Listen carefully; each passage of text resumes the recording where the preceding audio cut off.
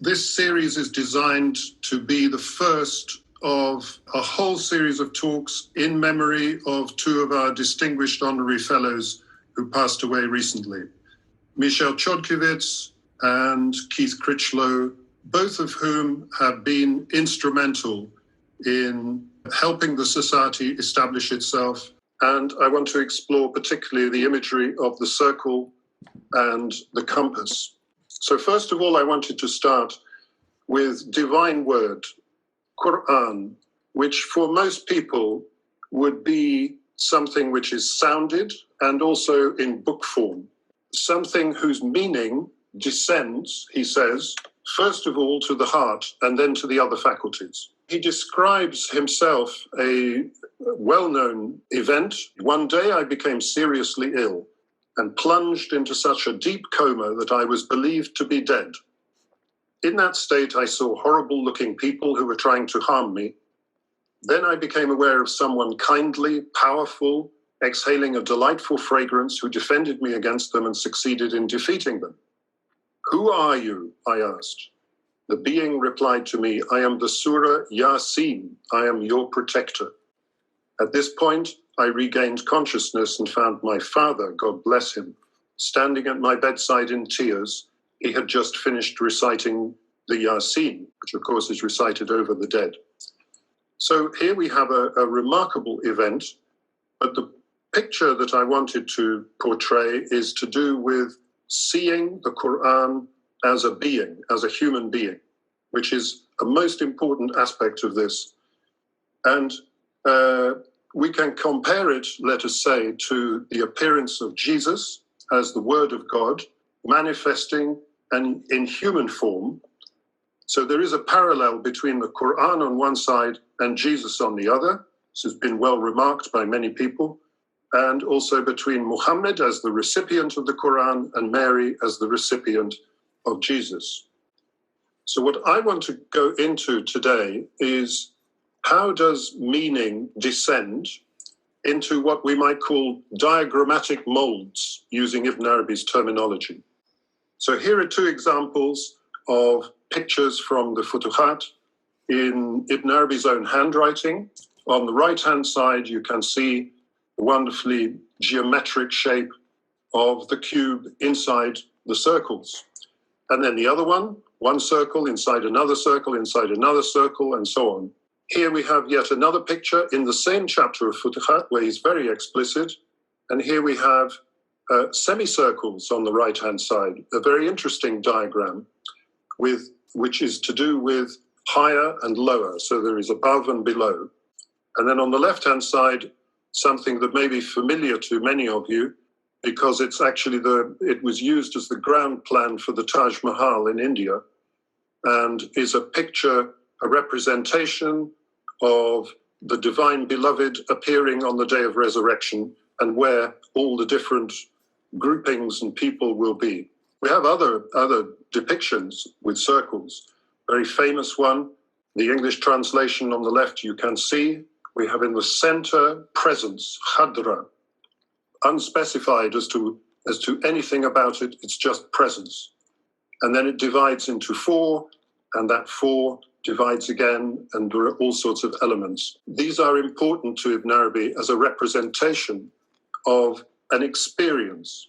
Ibn Arabi arrived at the Kaaba, and four events take place which are crucial in his life. On the one side, we can say the Kaaba, it represents the center. It represents the heart.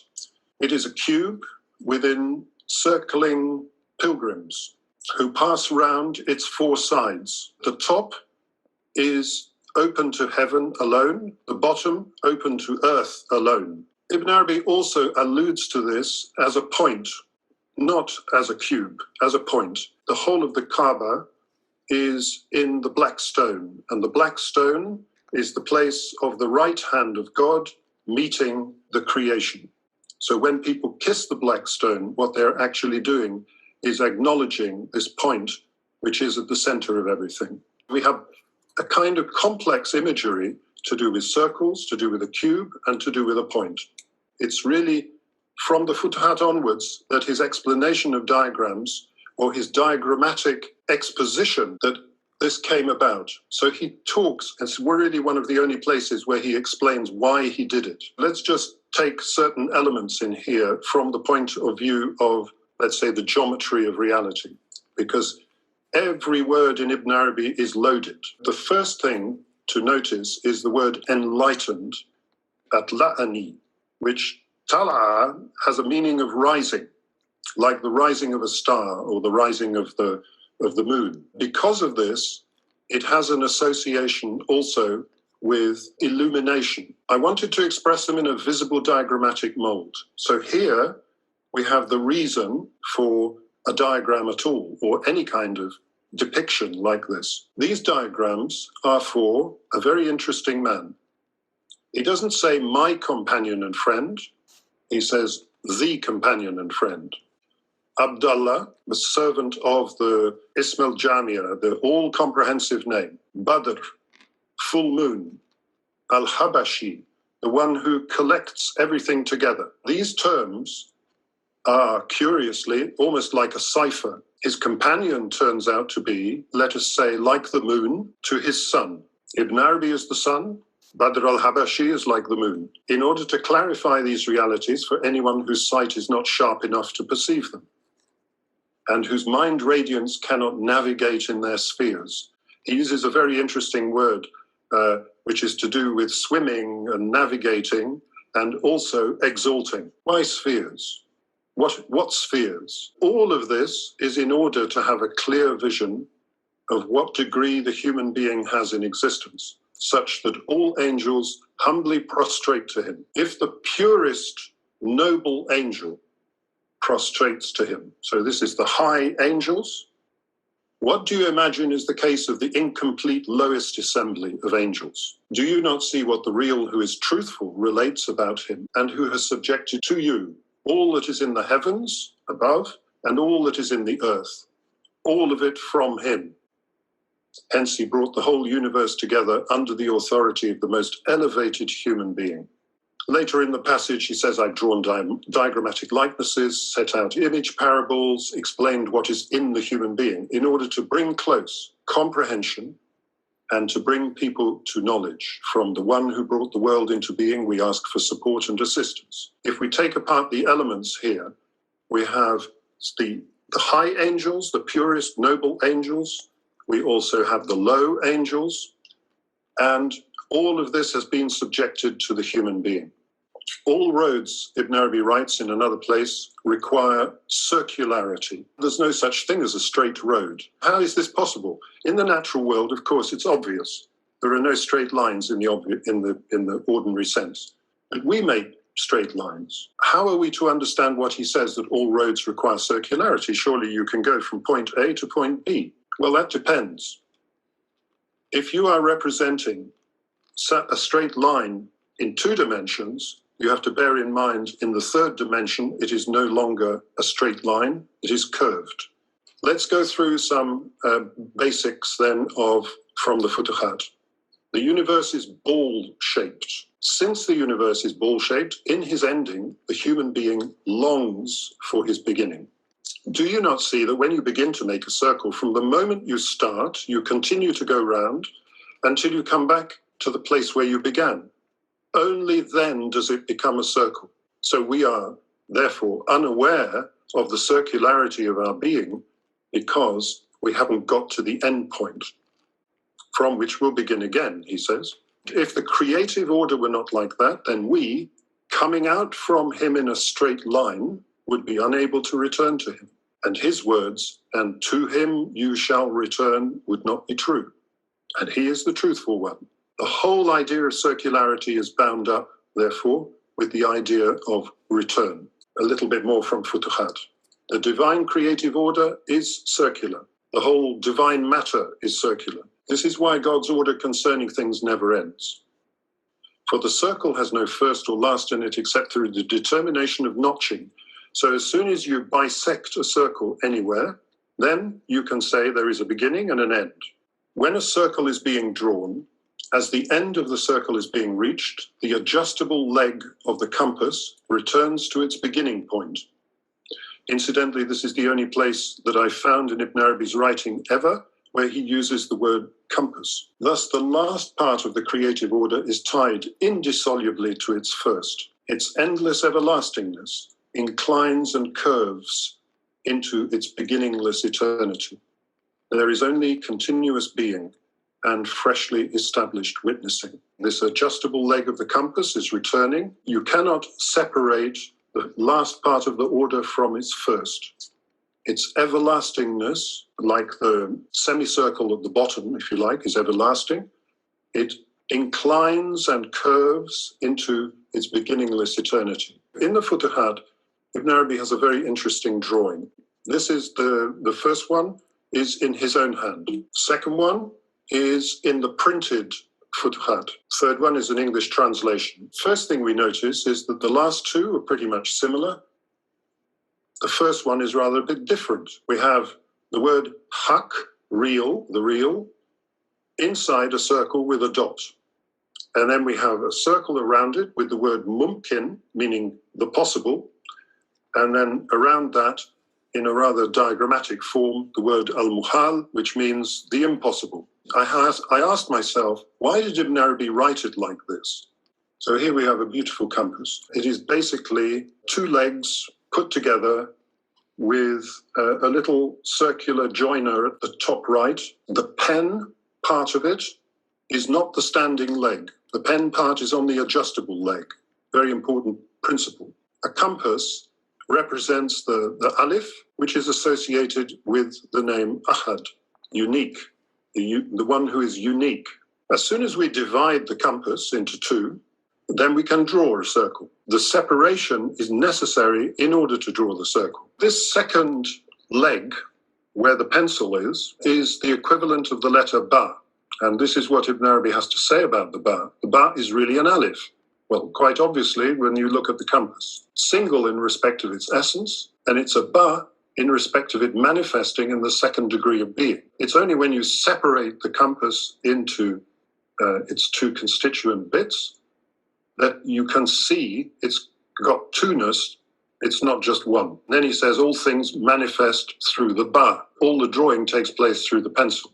There is one letter which expresses circularity more perfectly, more directly than any other, and it's known as the Nun. When Ibn Arabi represents it, this is from his diagram, he does it like this, more or less kind of a semicircle, and the dot is most of the time to the side. One of the images here is like an inkwell into which the pen draws the ink and writes. Nun, by the pen and what they write, through your Lord's blessing, you are not possessed. According to Ibn Arabi, the Nun is the visible part of a whole circle. It is just half the circle. And there is another spiritual Nun, which is hidden from us. It's the upper part of the circle. The dot, which should be in the middle in this representation, is representing, he says, a hidden Alif. When you think about that, normally you would say you would extend the Alif vertically, as it were, from this basin of the Nun. That's not what he means. He means precisely that the standing leg of the compass, which is drawing the circle, is standing in that middle dot. And the only thing visible is the dot of it because of the dimensionality. This hidden Alif is in a different dimension to the rest of it. The Nun itself is represented by three letters. It has a Nun, a Waw in the middle, and a Nun. It's one of these very special letters which beginning letter and the end letter of the name of the letter is the same. There are three of them in Arabic, and Ibn Arabi wrote a whole treatise on it. Its number is 50, or more usually 5. It's related to the saying, kun, be, so it becomes, fayakun. There is a Nun at the end of the word kun, and there is a Nun at the end of the word fayakun. The first Nun of the kun is like the upper part of the circle, hidden from view. The second Nun is like the visible semicircle that we can see represented in the letter.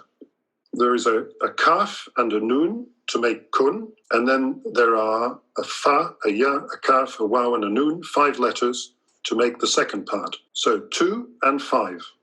How strange. The 5 is the number of the nun.